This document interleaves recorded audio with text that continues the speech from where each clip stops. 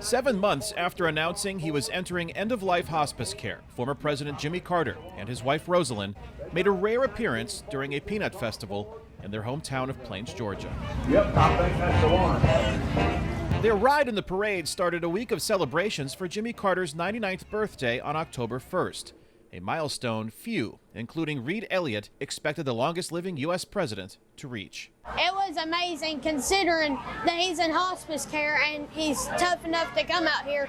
In my opinion, I think he's one of the toughest men that's ever served as president. I think there's a misunderstanding about hospice, that it's only for people who are days away from death. That's not what the hospice movement says. Author Jonathan Alter, who wrote the Jimmy Carter biography His Very Best, says the Carters are spending the end of their lives in much the same way as the rest of it. Do as much as you can, for as many as you can, for as long as you can. Alter says by announcing Carter's transition to hospice and Rosalind Carter's struggle with dementia, the couple created an opportunity to teach others. It was very intentional on their part to do some good for the world by sending a message that you don't have to shrink from these end-of-life decisions, and there are other options for people who are ready to let go.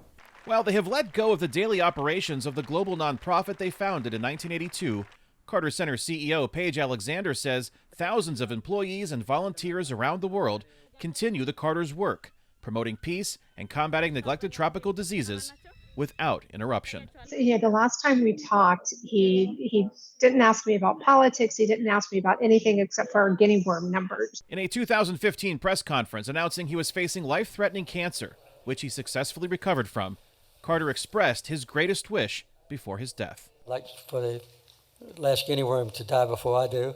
When the Carter Center began guinea worm prevention efforts in the 1980s, there were 3.5 million cases in 21 countries.